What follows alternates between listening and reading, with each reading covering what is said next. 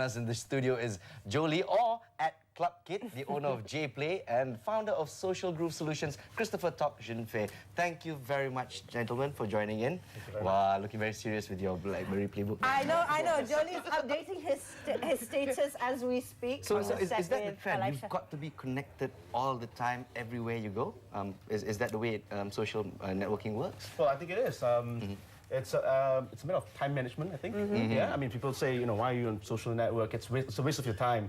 But if you manage to balance this, balance out between your activities and updating your whatever you're doing, then it can really turn into something positive, which is for us, it could be making us money as well. So. There you go. The key word here is balance. Joe, well, what do you have to say? Well, for me is, I think in the near future, people are going to basically have to grow another body part that basically is stuck on a gadget. So a third hand, huh? A third hand, maybe. Because right now, we're looking at an age where social media is pretty much connected to everything we do. And of course, that requires engagement. Engagement is the first rule of social media. It's not just get an account somewhere, park it, and be done with it. And hope people come in and... Yeah, it's not going to happen. I see. All right. Now, some people were saying that this could be another fleeting trend. This would come and this would go. So it doesn't matter what platform we use. Like, it probably started off with MySpace, Friendster, and those are gone. Now it's the day of Twitter and on Facebook. So no matter what platform it is, but you believe that social media will always be there. That's right. Well, social media is a way to engage people. So I think the basic rule of whatever we do, it's about engagement. Yes. So tools and platforms are there, but if it doesn't connect with the people's feelings and their needs, then it wouldn't work. But there's certain tools that make it really big, like Facebook, Twitter, even Instagram. That within one week there were like 20 million downloads. Yeah, so it's about finding what the people love to connect with. So like in this case, pictures would be Instagram. Yeah, it's simple, it's easy, and it's the best way to show people what you're doing. All right, and the thing is, let's speak to Joe. Yeah? From your journalist days, you've now transferred your passion to the internet and social media, of course. So what made you choose social media as this new platform? What pushed you over to the edge? Well, I've been in traditional media for about 16 years now. 16 years, huh? And I just quit. So, yeah, because I'm looking to venture into social media. But about 7, 8 years ago, I started blogging. It was out of fun. And suddenly it was from 3 friends to 30 friends to maybe 300 people I kind of know, to 3,000 and 15,000 people who I really don't know where they came from. So that just got something thinking in my mind, like, this might go somewhere else. And I think about like 3 to 4 years ago, I just cut down on blogging and I made the jump to Twitter. So microblogging seemed like a new area that needed to be explored. And I think today with, I think I have about 70,000 followers. Wow. So that's something that I can see. I can monetize it.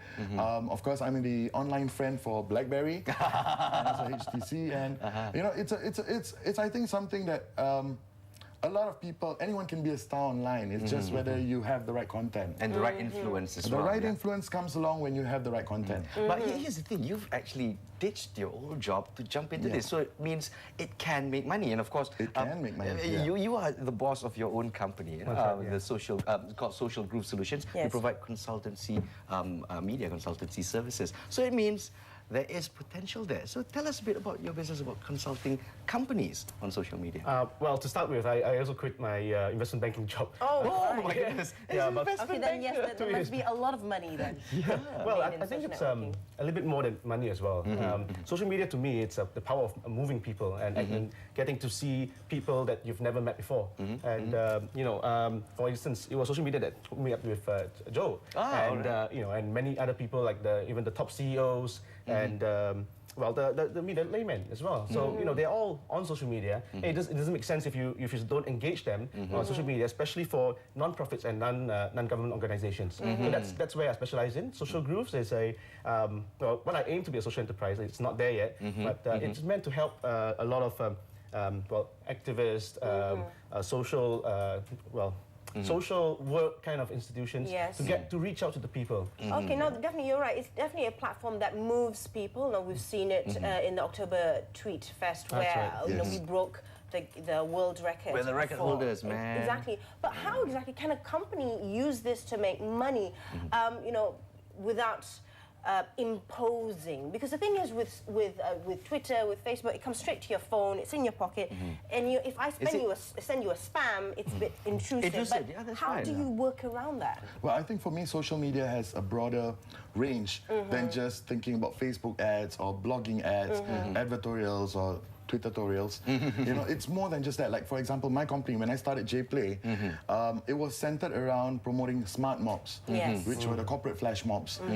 We started that in Malaysia about 3 years ago, and that has been the core of my business, actually. And right now, with my experience in entertainment, for example, my first artist, Amir Jahari, which is signed under Aizat Amdan's Kasih Kegar. Basically, what we did with the first single was we pushed it entirely on Twitter. Entirely on Twitter? Entirely on Twitter. We didn't do traditional media interviews. We didn't do any of those normal interviews that most people go through. So what we did was the reverse. We got the fans excited. We got the fans listening. When Twitter Jaya started supporting Amir, for example, at October Tweet Fest, that was one of his first shows. And from there, he's performed with Sheila on 7.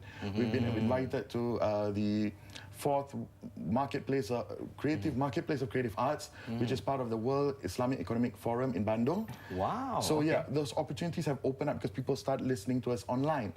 And he'll be part of the MSMW concert, which is coming up on the weekend, with Aizat, Amir, Hujan, Najwa, Ultimate, people who have actually marketed their music online and, you know, actually reap the rewards, rewards of the all the names effort. you've mentioned, all of them have their own social media platforms. They're active on Twitter and active on Facebook as well. And so, from an individual's point of view, it is possible to monetize your influence on social media. But you just have to basically understand what the medium offers, because there's a broad range of what you can actually tap into.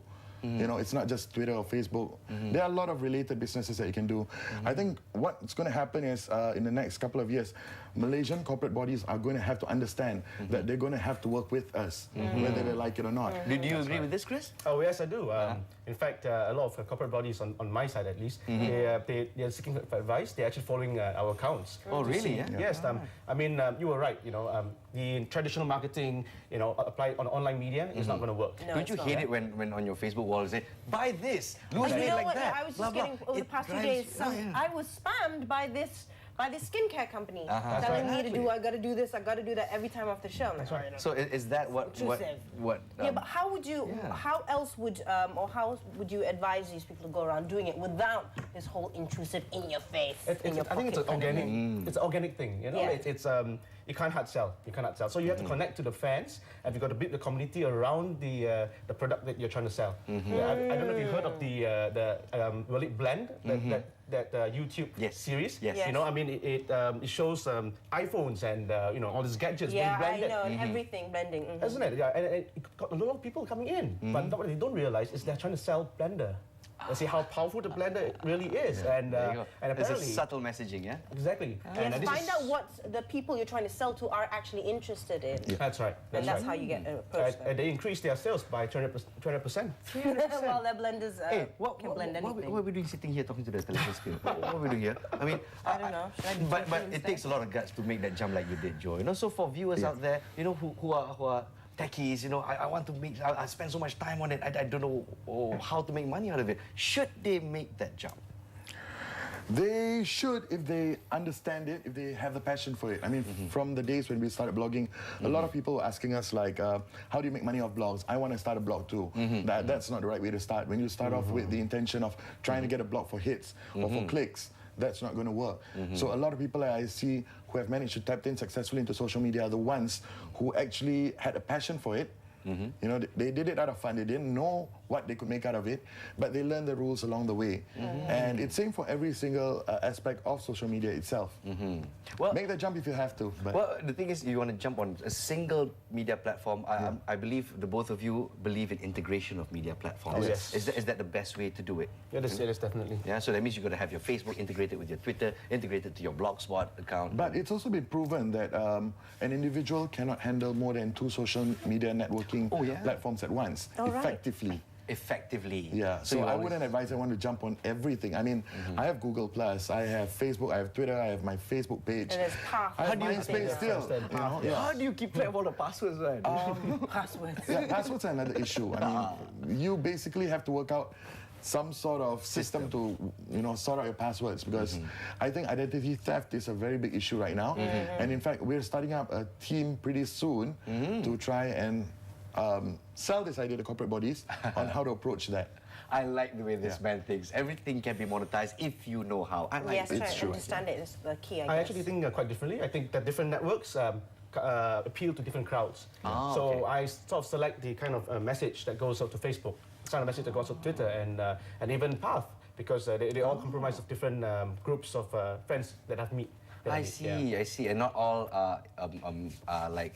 those who are savvy, they go on different platforms. Some choose just one platform and they stick to it. That's the trend that goes on. Depending on the type of people who you want to actually target. The young, I mean, especially we like to say that they're on Twitter, they're mostly on Facebook. So, when we promote fun stuff like, flash mobs, smart mobs, like for instance, on 25th of February, we're having something called Kereta Sarung. Kereta Sarung. So it's going to be a unique event. Everybody's going to wear sarung. I can't release the details to you. Just have to follow randomalphabets.com. Randomalphabets.com. Janganlah murung, pakailah sarung. That's right. Yes. So that appeals on Facebook. So we know we want to target the people on Facebook. Hence the Facebook page. We don't have to create any other platforms for this Random Alphabets for the Creative Sarung project. So there you go. Very good. And of course, hopefully our viewers out there are inspired by the stories of Christopher and Jolie over here. Of course, Christopher coming in from a company's point of view on how other companies can make money, and of course Jolie coming in from an individual's point of view, how you can of course go against the grain and gather as many followers with your influence, and of course make some money and make a living from the internet.